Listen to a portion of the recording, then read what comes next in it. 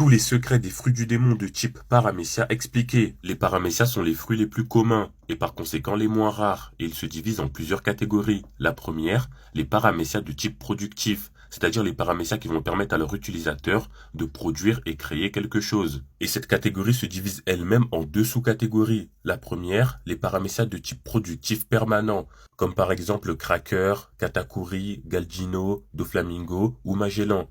Car ceux-là, lorsqu'ils vont créer ou produire quelque chose, la chose en question va rester de manière permanente et ne pas disparaître. La deuxième, c'est les Paramecia de type productif temporaire, car ce qu'ils vont créer ou produire va disparaître après l'utilisation, comme par exemple Bartolomeo ou Robin. Et concernant les éveils des Paramecia de type productif, eh bien ça va tout simplement leur permettre de transformer leur environnement en l'élément qu'ils produisent, comme nous l'ont démontré Katakuri et Doflamingo. Ensuite, on a les Paramecia manipulateurs, qui comme le nom l'indique, vont être capables de manipuler quelque chose. Comme par exemple Fujitora qui peut manipuler la gravité, Law qui peut manipuler tout et n'importe quoi dans sa room, Big Mom qui peut manipuler les âmes, ou encore Moria qui peut manipuler les ombres. Et concernant l'éveil des Paramecia manipulateurs, ça va tout simplement booster la capacité de base de leurs fruits. Et ce comme on a pu le voir avec Kid et Law. À la base, Kid, il ne peut affecter que les objets métalliques, mais avec son éveil, il peut carrément affecter les humains et même les objets qui ne sont pas métalliques. Quant à Law, avec son éveil, il peut recouvrir son épée avec sa room afin d'opérer directement depuis l'intérieur. Ensuite, on a les Paramecia corporels. C'est les Paramecia qui vont directement affecter le corps de l'utilisateur, comme par exemple Baggy qui peut fragmenter son corps, Mr. One qui peut rendre son corps dur comme l'acier,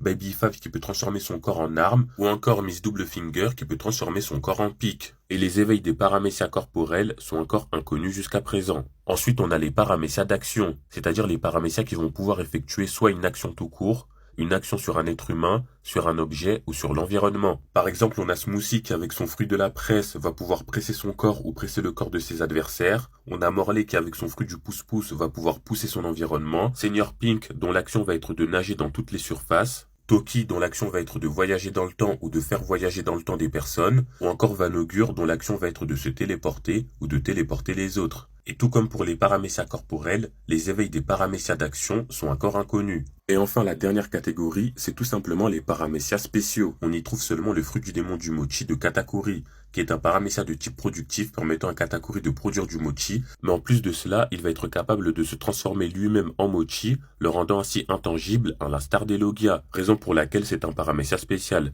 Et pour finir, je tiens à préciser que les différentes catégories de Paramecia que j'ai citées ne sont pas officielles. Il s'agit simplement de ma compréhension de l'œuvre, et honnêtement, il y a tellement de Paramecia, et certains ont des capacités tellement spécifiques, qu'à mon avis, ils ne figurent parmi aucune catégorie.